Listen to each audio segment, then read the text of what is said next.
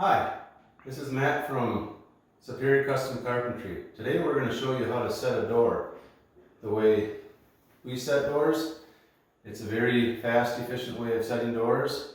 There are many different ways to set doors, but to eliminate future problems, I have certain tricks that I'd like to show you. So first, we want to take a measurement of the actual door outside to outside frame. This particular one is a 30-inch door, which is a 2/6. The actual outside of the frame is 31 3/8. So then we want to check the opening. It should be minimum 32. In some spots it's 32 1/4, which it gives us a little bit extra room for shimming. The next step, you notice that this particular door has 3 hinges on it. I think most doors nowadays come with 3 hinges when they're just 6'8" tall. And what I did is I took measurements from the bottom of the door to the center of the hinge. So I have 14 approximately and 72. Next I transferred that over. This is where the door is going to be hinged off of. So at 14 inches I made a mark, and at 72 inches I made a mark. When you're setting doors, it's very important that you use shims. Reason is that door, if it's set up against the shim behind the hinge, it will stay nice and solid with the help of a screw. The reason why I have a full pack and a half pack, this is one of the tricks. On a 2x4 wall, I like to cut the pack of shims in half. It saves on shims and it actually makes the door set easier. So first off, I want to check the opening for plumb. It looks fairly plumb. And with shims, I can take a fat and a skinny shim, put them back to back. It's still the same measurement.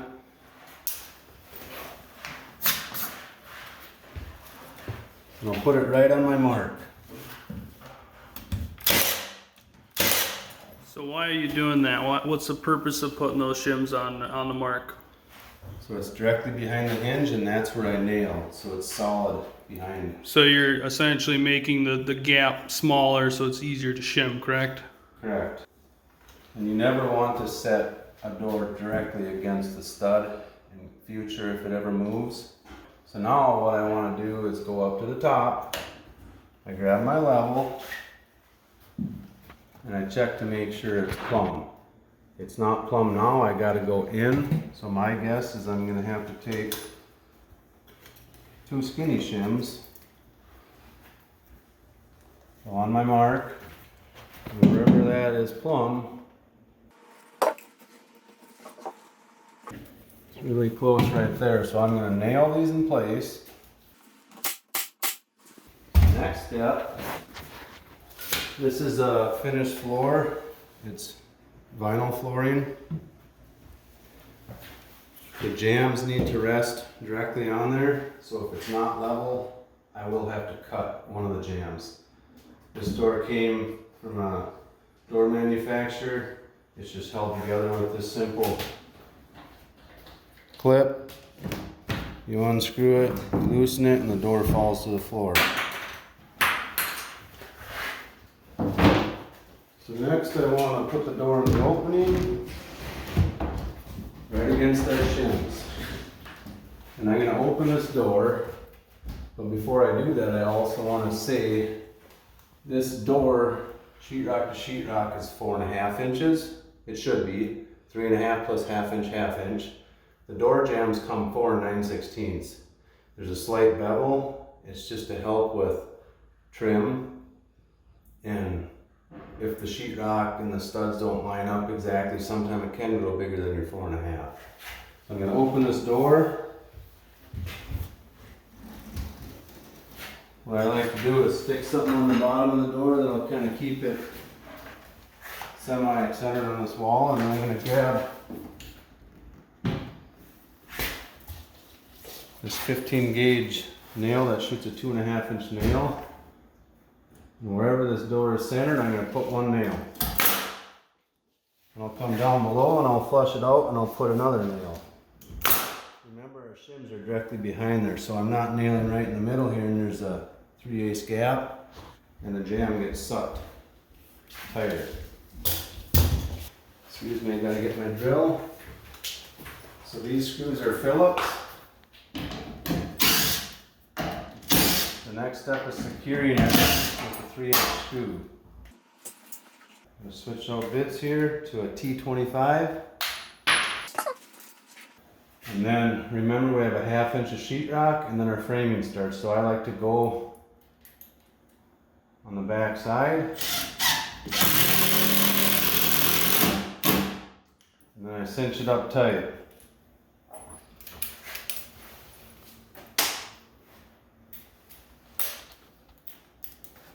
And all I do is I put the hinge back in place.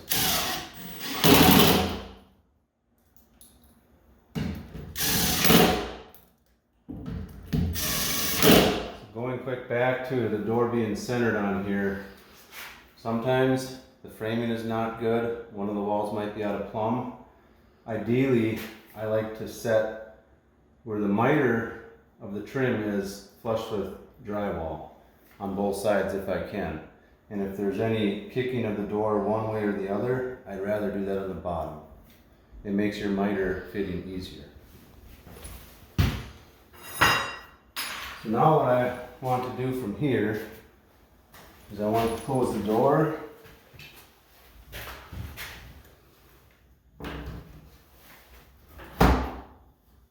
And look down here from the bottom of this hinge to the floor. It's nice to have a consistent gap. It looks like a strong 16th shy 1/8. And the same with up top. Up top, it's actually hitting on the back side. So I want to kick this over and nail it there.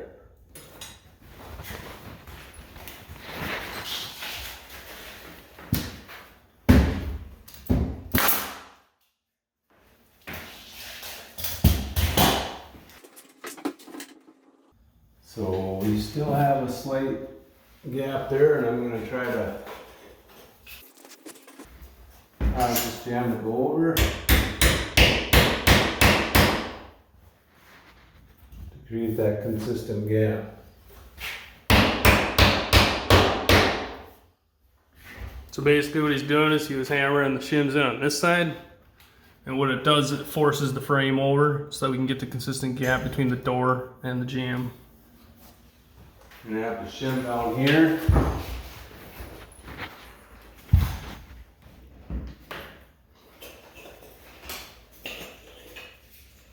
Before I nail, so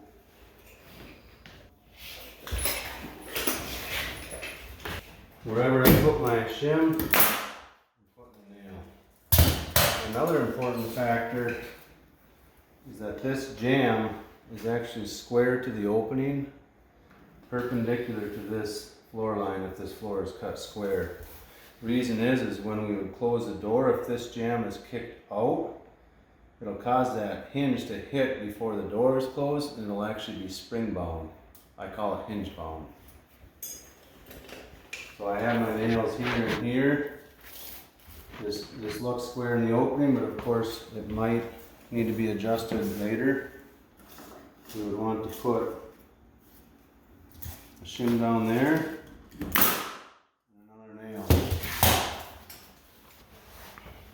Then I want to go back here. I already put a nail there. Sometimes if you have to beat on the actual jamb itself to move it one way or the other, I recommend minimum 2 of the fat shims. These are like 5/16. It gets beyond this stop, then you're able to hit it and not hit the actual door stop. So I'm going to come on the back side here, and I want to make sure that I have solid shim behind there. The next thing I like to do, being I have shims bottom, shims top is also, we have shims behind the top and bottom hinge. I like to also get shims here, but a good way to check that is using your level. I can already see that this jamb does the banana.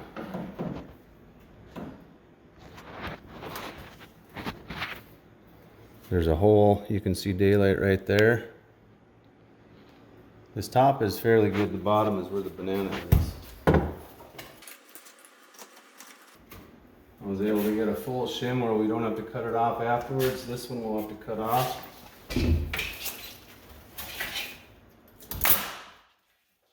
This one right here, I of course want to make sure that this is semi-straight, and we will want to shim this middle of the jamb.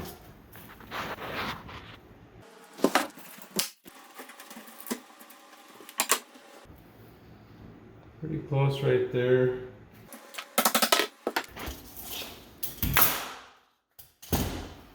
So the next step, we want to make sure that this door, now that we have the hinge side, shims behind here, we have a long screw, shims behind the bottom, and we also have the jamb below the hinge, above the hinge, and one spot in the middle we have shimmed. That whole hinge side is done. I always start with that. I never move over to this other side adjusting until I know that that's set. So now we're going to close the door. And the next important step is to see that we have a consistent gap along here. It actually looks like it might be ever so slightly more over here. You know, typically these should be an 1/8 inch. It looks like this manufacturer's a little bit tighter. And then also, this is a cheaper door. It's a square edge door. They do make them where they're 3-degree beveled, and that helps in closing it, where the bevel doesn't almost hit the jamb. But here, as you can see on top, it's about a 1/16 of an inch gap, and then once you close it, it gets to be about an 1/8 inch. So it's very important that on a square edge door, we don't leave this gap coming down the side too small. Otherwise, with the heat in the summer, the humidity, depending on where you live, it can grow this door, and if it looks good in the winter and it closes, it might be hitting the jamb in the summer months. So I like what this looks like up here. I already have shims there. The next thing I want to check out here when we come is how does it hit the door stop. So right now we're hitting on the bottom where you have a slight 1/8 inch on top, which some of that's definitely adjustable. It looks like the stop is not perfectly aligned up here anyways, and these are only nailed in with a small brad nailer, so we can manipulate those with a piece of wood. I already have my shim up here, and like I told you before, these miters, I'll just give you a couple examples. So this door right now, if this jamb was kicked in, you can see how our trim, there's a huge gap in the back. But if we come flush, and this is cut at a 0, see how that gap becomes nothing. So that's how we would like to have the jamb in relation to the rock, is flush. Of course, I said before, you can have framing that doesn't line up with the top frame, and it causes that wall to become wider than your jamb. So we have to then take a hammer, and if it's the sheetrock is sticking out, we start to beat the rock, so this casing then can be nailed tight to here and also tight to here with minimal gap. So I like where this door sits, flush with the opening, so I'm going to put one nail here. And then what I want to do is I'll close the door. And as I said, we have 4 corners that we can move the door, pivot the door this way, and it'll change the whole swing of the door. So I have a gap on top. So if I move this bottom ever so slightly that way, we should be able to close the door, and it pretty much closes that gap. So that's where I'm going to nail the bottom of the door. I just have to get the reveal now. Of course, we're way wider on top. I want to close that gap. And it's also important to remember that where you put your shim placement. After this door is cased out, we're going to have a piece of base that's going to run along here. And especially on a long wall, sometimes people might cut it a little bit long to ensure that it's tight and they flex it in there. If you have no shims here, it's going to push your casing and your jamb much easier over than if you'd have a shim and a nail there. So get the same gap as what we have up top. Looks like that's about it right there. We'll take that big gun.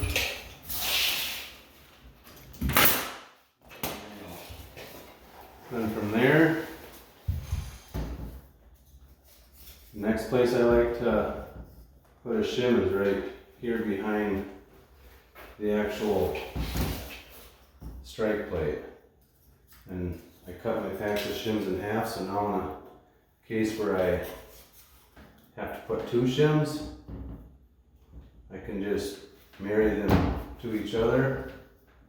For the most part, I might be able to bury them. Get that same reveal here.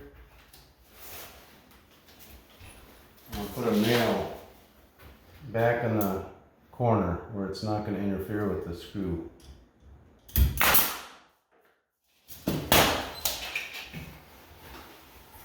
Then we have a few other points. I like to shim it also here. It looks like that's actually tighter. So when I put my shims in there, I want to purposely leave a gap. So when I nail it, it's going to hopefully suck it to the same reveal.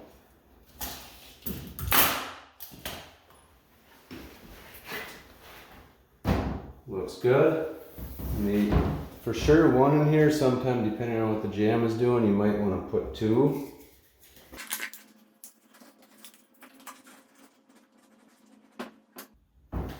Looks pretty good right there, so I'm going to put a nail before I hop to the other side.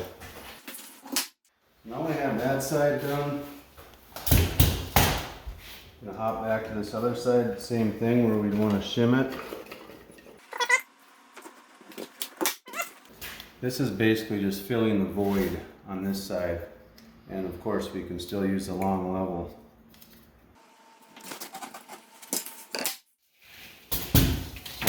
Top and bottom, I'll grab the level, double check it, and it actually looks really good. So pretty much all on this back side, I don't necessarily copycat from one side to the other. I'll put less shims on this side,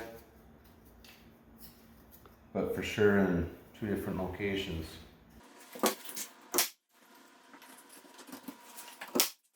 Now for the most part, I was able to get my shims buried, but there are a few spots.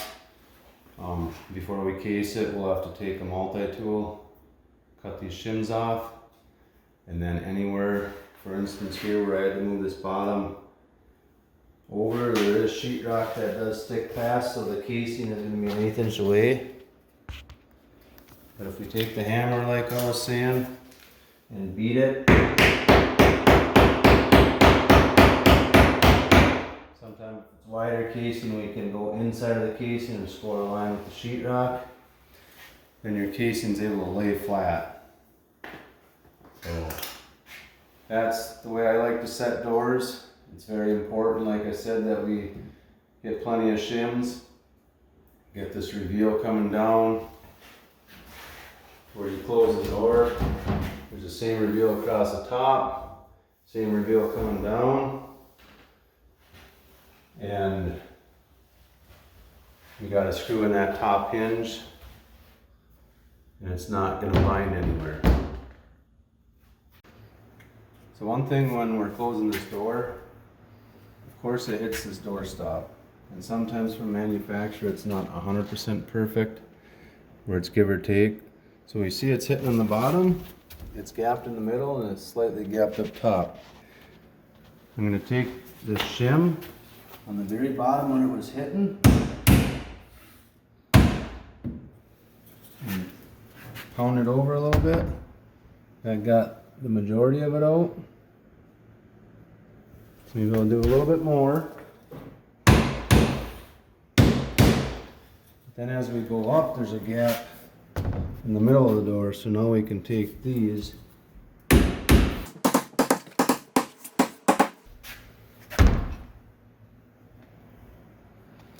This looks pretty close.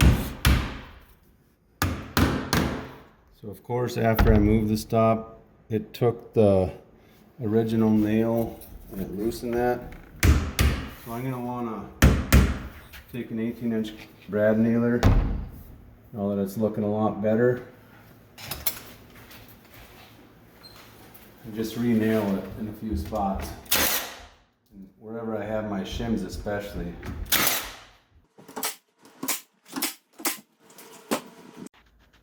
One more important step is also the top jamb.